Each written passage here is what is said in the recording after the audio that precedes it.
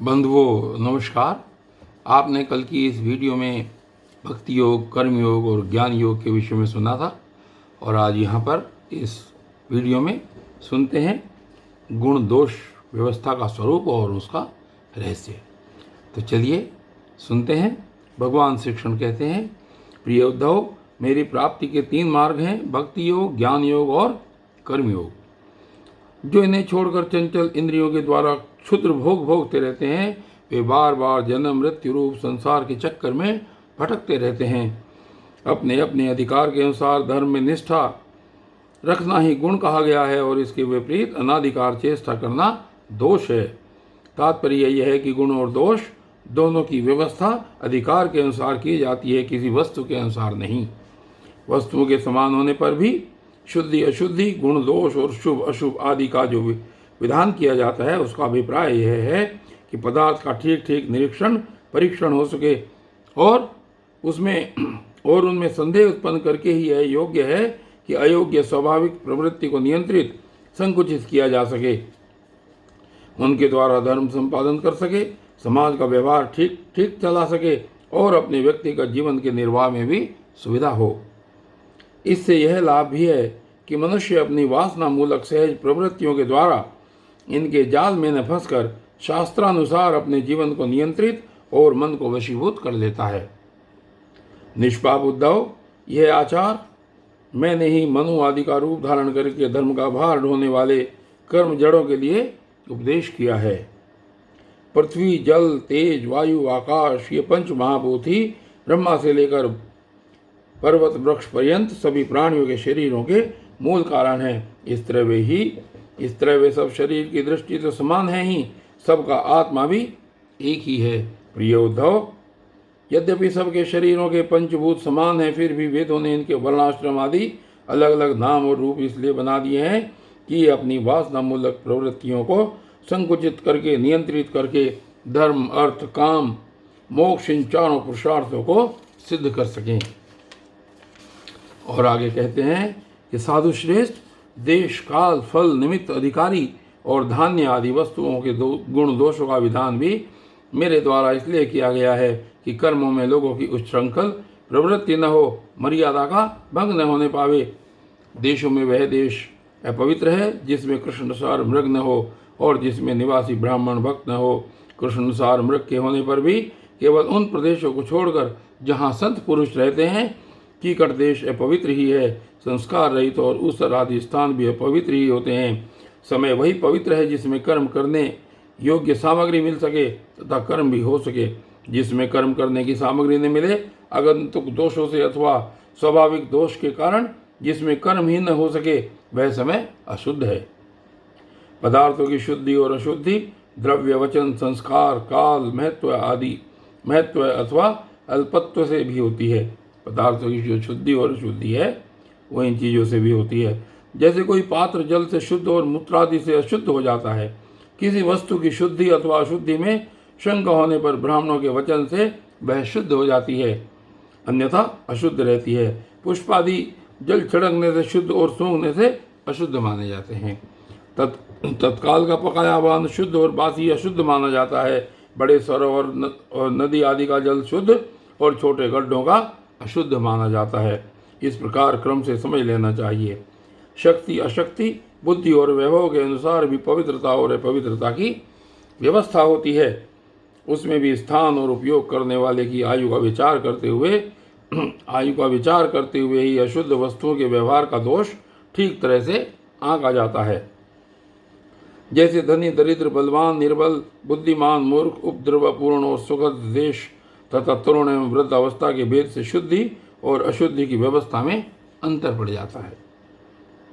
अनाज, लकड़ी, हाथी दांत आदि, हड्डी, सूत, मधु, नमक, तेल, घी आदि, रस, सोना, पारा आदि तेजस पदार्थ, चाम और घड़ा आदि मिट्टी के बने पदार्थ समय पर अपने आप हवा लगने से, आग में जलाने से, मिट्टी लगाने से अथवा जल में धोने से शुद्ध हो जाते हैं।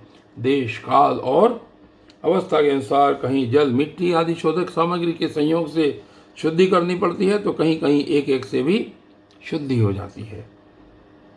यदि किसी वस्तु में कोई अशुद्ध पदार्थ लग गया हो, तो छीलने या मिट्टी आदि मलने से जब उस पदार्थ की गंध और लेप न रहे तो वह वस्तु अपनी पूर्व अवस्था में आ जाए, तब उसको शुद्ध समझना चाहिए। स्नान, दान, तपस्या, वय, सामर्थ्य, संस्कार, कर्म और मेरे स्मरण से चित्त की शुद्धि होती है। इनके द्वारा शुद्ध होकर ब्राह्मण, क्षत्रिय और वैश्य को विहित कर्मों का आचरण करना चाहिए। गुरु मुख से सुनकर भली भांति हृदयंगम कर लेने से, मंत्र की और मुझे समर्पित कर देने से कर्म की शुद्धि होती है।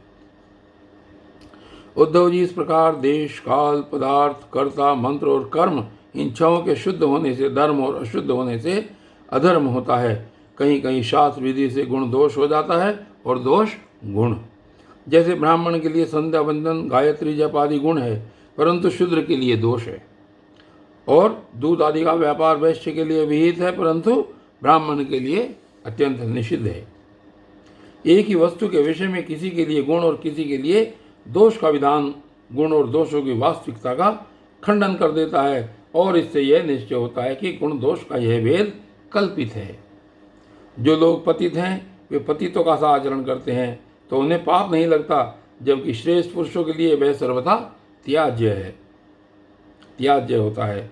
जैसे ग्रस्तों के लिए स्वाभाविक होने के कारण अपनी पत्नी का संग पाप नहीं है, परंतु सन्यासी के लिए घोर पाप है। उद्धव जी, बात तो यह है कि जो नीचे सोया हुआ है वह गिरेगा कहाँ।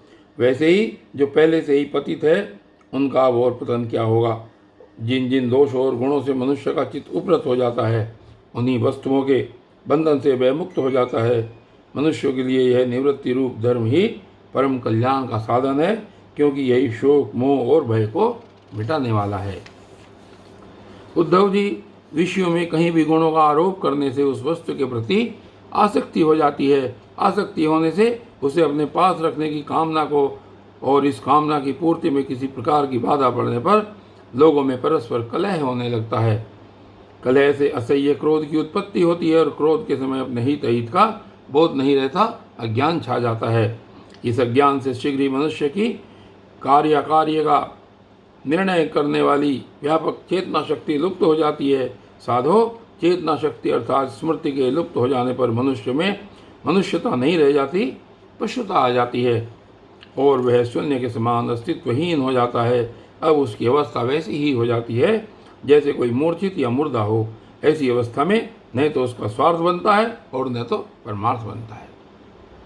विषयों का चिंतन करते करते वह विषय रूप हो जाता है। उसका जीवन वृक्षों के समान जड़ हो जाता है। उसके शरीर में उसी प्रकार व्यर्थ श्वास चलता रहता है जैसे लोहार की धोंकनी की हवा। उसे न अपना ज्ञान रहता है और न किसी दूसरे का। वह सर्वथा आत्मवंचित हो जाता है। उद्धव जी, यह स्वर्गादि रूप फल का वर्णन करने वाली श्रुति मनुष्यों के लिए उन लोगों को परम पुरुषार्थ नहीं बतलाती, परंतु बहिर्मुख पुरुषों के लिए अंतःकरण शुद्धि के द्वारा परम कल्याण में मोक्ष की विवक्षा से ही कर्मों में रुचि उत्पन्न करने के लिए वैसा वर्णन करती है। जैसे बच्चों से औषधि में रुचि उत्पन्न करने के लिए रोचक वाक्य कहे जाते हैं। बेटा, प्रेम से गिलोय का काढ़ा पी लो तो तुम्हारी चोटी बढ़ जाएगी, ऐसे कहा जाता है। इसमें संदेह नहीं कि संसार के विषय भोगों में, प्राणों में और सगे संबंधियों में सभी मनुष्य जन्म से ही आसक्त हैं, और उन वस्तुओं की आसक्ति उन्हीं आत्मोन्नति में बाधक एवं अनर्थ का कारण है। वे अपने परम पुरुषार्थ को नहीं जानते, इसलिए स्वर्ग आदि का जो वर्णन मिलता है वह ज्यों का त्यों सत्य है ऐसा विश्वास करके देवादि योनियों में भटकते रहते हैं, और फिर वृक्ष आदि योनियों के घोर अंधकार में आ पड़ते हैं। ऐसी अवस्था में कोई भी विद्वान अथवा वेद फिर से उन्हीं विषयों में क्यों प्रवृत्त करेगा। दुर्बुद्धि लोग, यानी कि जो कर्मवादी लोग हैं, वेदों का यह प्राय न समझकर कर्माशक्तिवश पुष्पों के समान स्वर्ग आदि लोगों का वर्णन देखते हैं और उन्हीं को परम फल मानकर भटक जाते हैं। परंतु जो वेदवेत्ता लोग श्रुतियों का ऐसा तात्पर्य नहीं बतलाते। विषय वासनाओं में फंसे हुए दीनहीन लोभी पुरुष रंग बिरंगे पुष्पों के समान स्वर्ग आदि लोगों को ही सब कुछ समझ बैठते हैं। अग्नि के द्वारा सिद्ध होने वाले यज्ञ याग आदि कर्मों में ही मुग्ध हो जाते हैं। उन्हें अंत में देवलोक, पितृलोक आदि की ही प्राप्ति होती है। दूसरी ओर भटक जाने के कारण उन्हें अपने निज धाम आत्मपद का पता नहीं लगता। और आगे भगवान श्री कृष्ण समझा रहे हैं, कह रहे हैं उद्धव जी से कि प्यारे उद्धव, उनके पास साधना है तो केवल कर्म की, और उनका कोई फल है तो इंद्रियों की तृप्ति। उनकी आंखें धुंधली हो गई हैं, इसी से वे यह बात नहीं जानते कि जिससे इस जगत की उत्पत्ति हुई है, जो स्वयं इस जगत के रूप में है, वह परमात्मा में उनके हृदय में ही हूँ। यदि हिंसा और उसके फल मांस भक्षण में राग ही हो, उसका त्याग नहीं किया जा सकता हो तो यज्ञ में ही करे।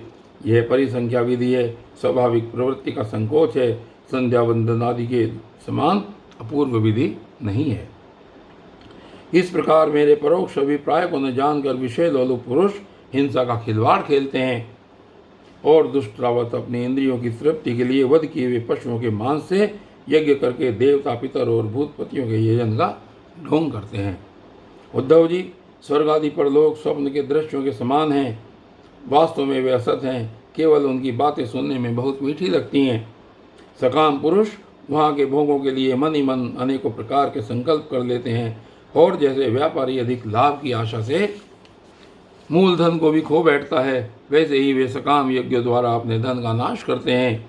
वे स्वयं रजोगुण सत्वगुण या तमोगुण में स्थित रहते हैं और रजोगुणी सत्वगुणी अथवा तमोगुणी इंद्रादि देवताओं की उपासना करते हैं। वे उन्हीं सामग्रियों से उतने ही परिश्रम से मेरी पूजा नहीं करते। वे जब इस प्रकार की पुष्पिता वाणी, रंग बिरंगी मीठी मीठी बातें सुनते हैं कि हम लोग इस लोक में यज्ञों के द्वारा देवताओं का यजन करके स्वर्ग में जाएंगे और वहाँ दिव्य आनंद भोगेंगे, उसके बाद जब फिर हमारा जन्म होगा तब हम बड़े कुलीन परिवार में पैदा होंगे, हमारे बड़े बड़े महल होंगे और हमारा कुटुंब बहुत सुखी और बहुत बड़ा होगा, तब उनका चित्त क्षुब्ध हो जाता है। और उन हेकड़ी जताने वाले घमंडियों को मेरे संबंध की बातचीत भी अच्छी नहीं लगती। उद्धव जी, वेदों में 3 कांड हैं, कर्म, उपासना और ज्ञान। इन तीनों कांडों के द्वारा प्रतिपादित विषय हैं ब्रह्म और आत्मा की एकता। सभी मंत्र और मंत्र दृष्टा ऋषि इस विषय को खोलकर नहीं गुप्त भाव से बतलाते हैं, और मुझे भी इस बात को गुप्त रूप से कहना ही अभीष्ट है। और यहाँ पर ये कहा है, यहाँ पर इस टिप्पणी में श्रीमद् भागवत में, क्योंकि सब लोग इसके अधिकारी नहीं हैं, अंतःकरण शुद्ध होने पर यह बात समझ में आती है, इसलिए इसको गुप्त रूप से कहना ही ठीक बतलाया गया है। वेदों का नाम है शब्द ब्रह्म, वे मेरी मूर्ति हैं, इसी से उनका रहस्य समझना अत्यंत कठिन है। वह शब्द ब्रह्म परा, पश्यंती और मध्यमा वाणी के रूप में प्राण, मन और इंद्रियमय है। समुद्र के समान सीमा रहित और गहरा है, उसकी था लगाना अत्यंत कठिन है। इसी से जैमिनी आदि बड़े बड़े विद्वान भी उसके तात्पर्य का ठीक ठीक निर्णय नहीं कर पाते। उद्धव, मैं अनंत शक्ति संपन्न एवं स्वयं अनंत ब्रह्म हूँ। मैंने ही वेद वाणी का विस्तार किया है।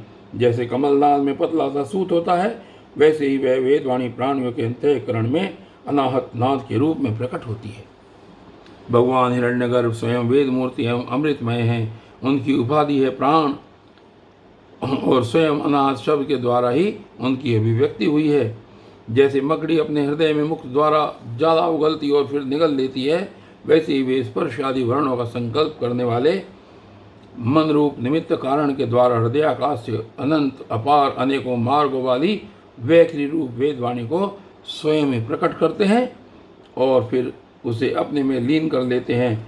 वह वाणी हृदगत सूक्ष्म ओंकार के द्वारा अभिव्यक्त स्पर्श कैसे लेकर मैं तक 25 और स्वर ऐसे औ तक 9 उष्मा से है और अंतस्थ ये रह लेवे इन वर्णों से विभूषित है। उसमें ऐसे छंद हैं जिनमें उत्तरोत्तर 4 वर्ण बढ़ते जाते हैं और उनके द्वारा विचित्र भाषा के रूप में वह विस्तृत हुई है। 4 अधिक वर्णों वाले छंदों में से ये कुछ ये हैं। ये कौन कौन से छंद हैं 4 से अधिक वर्णों वाले? गायत्री, उष्णिक, अनुष्टुप, बृहति, पंक्ति, त्रिष्टुप, जगति, अतिछंद, अत्यष्टि, अतिजगति और विराट।